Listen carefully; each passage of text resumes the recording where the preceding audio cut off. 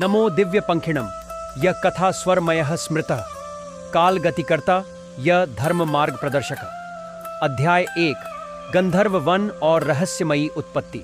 बहुत पुरानी बात है जब वनों में ऋषियों की वाणी गूंजती थी और वायु में वेदों की गंध समाहित थी। हिमालय के अंचल में स्थित था एक अद्भुत वन, गंधर्व वन, जहां हर वृक्ष देवता की तरह पूज्य था और हर प्राणी एक उपाख्यान। उस वन के मध्य बसा था नक्षत्र सरोवर, जिसकी सतह पर रात में तारे उतर आते थे और दिन में उसमें आकाश झलकता था।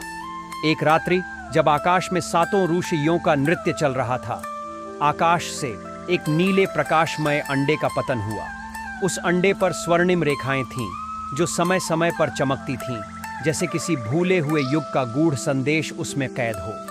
वहीं रहती थी एक योगिनी मयूरी मणिमाया, जिसने उस अंडे को देखा और उसकी चेतना में एक दिव्य ध्वनि गूंजित हुई, यह बालक कथा नहीं स्वयं काल का गायक होगा।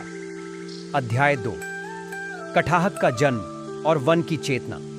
अंडे से जन्मा एक पक्षी, पर पक्षी कैसा? उसकी पंखों में ताराओं की झिलमिल, आंखों में नक्षत्रों की गहराई और बोली में शताब्दियों की प्रतिध्वनि थी। उसने जैसे ही प्रथम ध्वनि निकाली, समस्त वन स्थिर हो गया। हर प्राणी, हर वृक्ष जैसे ध्यानस्थ हो गया।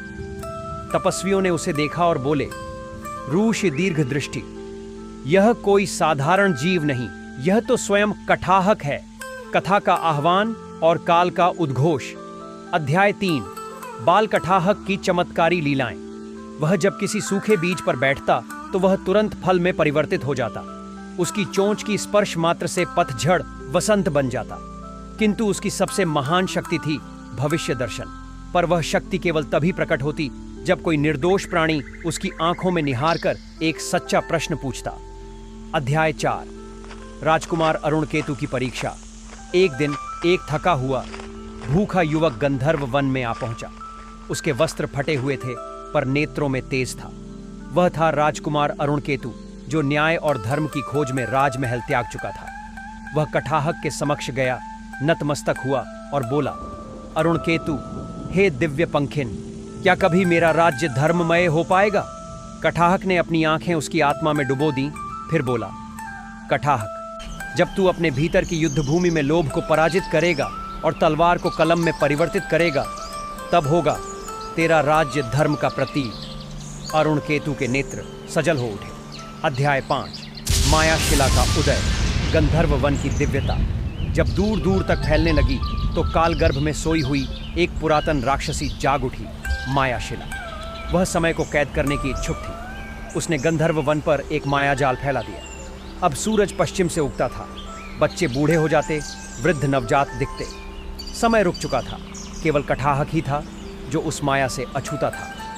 अध्याय 6 ऋषि सम्मेलन और त्रिस्वर की युक्ति। अर्षियों ने कठाहक को आमंत्रित किया। ऋषि वातायन, यदि यह समय की माया है तो उसका शमन समय के गीत से ही संभव है। कठाहक, तब मुझे गाना होगा वह त्रिस्वर जो केवल उन्हीं को ज्ञात है जो आत्मा की मौन भाषा समझते हैं। भूत, भविष्य और प्रेम, ये तीनों सुर मुझे साधने होंगे। अध्याय 7 त्रिस्वर की साधना। प्रथम सुर भूत का बोध। जो अतीत से भागे नहीं वही वर्तमान को जान पाते हैं। कठाहक ने गाया और नक्षत्र सरोवर में पूर्वजों की छवियां उभरने लगी। द्वितीय सुर भविष्य का संकल्प। जो स्वार्थ से ऊपर उठे वही कल की रक्षा कर सकते हैं। वन में फिर से फूल खिल उठे। तृतीय सुर प्रेम का स्वर। प्रेम ही वह शक्ति है जो काल को खोल देती है। समय का जाल टूट गया। अध्याय 8 मायाशिला का अंत। मायाशिला गर्जना करती हुई प्रकट हुई। मायाशिला, मैं समय को जकड़ना चाहती थी, पर यह पंखिन, यह मेरे अभिशाप का उत्तर बन गया। कठाहक ने अंतिम सुर दोहराया। वृक्षों से प्रकाश निकला। आकाश से देवगण प्रकट हुए। मायाशिला स्वर्ण धूलि में बदल गई। अध्याय 9 कठाहक का वियोग और वचन वन ने नृत्य किया। ऋषियों ने कहा, ऋषि द्युतिवर्ण, अब तुझे आकाशगमन करना चाहिए। दिव्य पंखिन, स्वर्ग तेरा प्रतीक्षा कर रहा है। पर कठाहक ने उत्तर दिया, कठाहक, जब तक धरती पर एक भी हृदय भय और अज्ञान में है, मैं लौटता रहूंगा। एक गीत, एक कथा, एक चमत्कार बनकर।